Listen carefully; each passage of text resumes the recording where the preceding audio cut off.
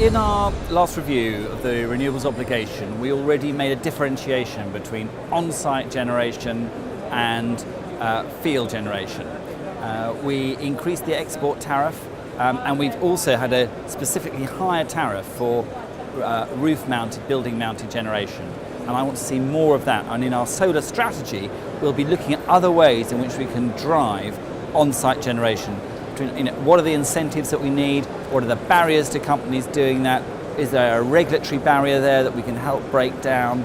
And ultimately, I think this is going to be a really exciting opportunity, not for large firms simply to generate more of their own electricity that they consume, but to start to think about how they can export to their neighbours, to their community, and start to link up to create new local entrepreneurial energy companies that can challenge the dominance of the big six. Okay, that's fantastic that you're supporting the industry and that you want entrepreneurs to take the initiative.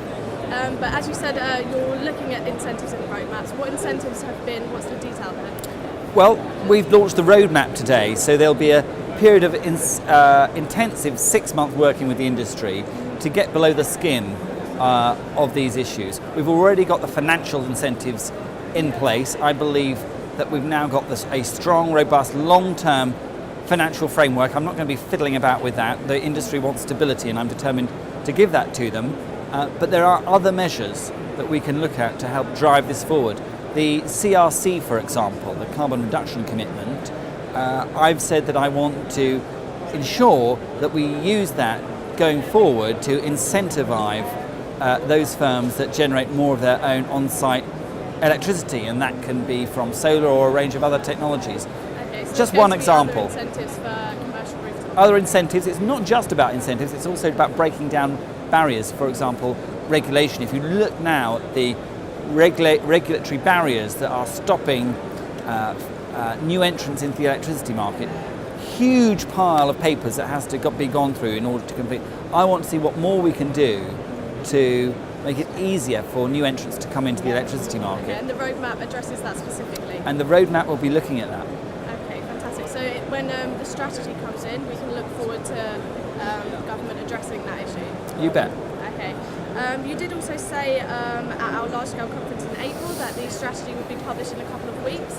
So what's been the delay in publishing the strategy? I don't think I said it would be in a couple of weeks. Yeah, it was a few weeks. Sorry, not a couple. A few weeks. Well, anyway, we've published it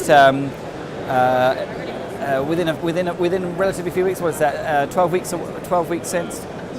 So we're on track. I'm very pleased with the level of ambition. Very pleased with the level of support that there is from the industry, and we're driving it ahead. This is an industry that's growing. We've been through some challenging times. We're growing, and we're set to grow more. Okay, so there was no delay on the strategy? No. Okay, just because you did say that it had been a few weeks before. And it has been a few weeks. I mean, we're a little bit later in the year. That's fine. I don't think we gave a specific date. Okay, it's maybe one of the reasons it's been delayed because of the EU-China anti-dumping dispute. Clearly, it wasn't appropriate to publish the strategy while that was all up in the air. Along with the industry, I played a key role in resolving that. I think we've got a sensible outcome. There's been a degree of compromise, but it's infinitely better than that which was originally proposed, punitive tariffs as proposed by the EU Commission. It was a good result for the UK sector.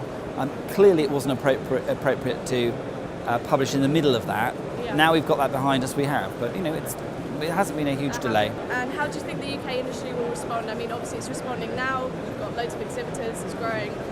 How do you think it will continue after this dispute? I think the UK sector is now set for a period of sustained growth. There are a number of factors now in place which will allow us to look to the future with real confidence and grow sustainably in a predictable way. Okay, will the roadmap be mirroring that? Absolutely. And then I also wanted, you mentioned work in Saudi Arabia and the Middle East. Why particularly are you looking in that area? Because obviously the Middle East is a perfect place to deploy solar because of the huge amount of sunshine that they get. Saudi Arabia may seem counterintuitive to go there. They're one of the world's largest oil exporters. But what they want to do is export their oil. And increasingly, they've got a population of over 20 million people. They are consuming more and more at home and not having it there to export for export revenues. So what they want to do is consume less at home. So they're looking to meet more of their domestic energy needs through solar. They've announced a $100 billion solar program. I want the UK and the UK supply chain to go grab a piece of that. So I'm taking a hands-on approach to this, taking some of the brightest and best from the UK sector to see how we can get a piece of that export market for the UK. Yeah.